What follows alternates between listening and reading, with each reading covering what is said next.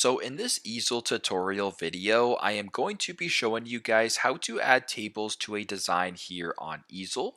So once you have the Easel application opened up, go to the right hand side of your screen, go to where it says, text, images, videos, etc. Go down to where it says elements right here and press on the elements tab.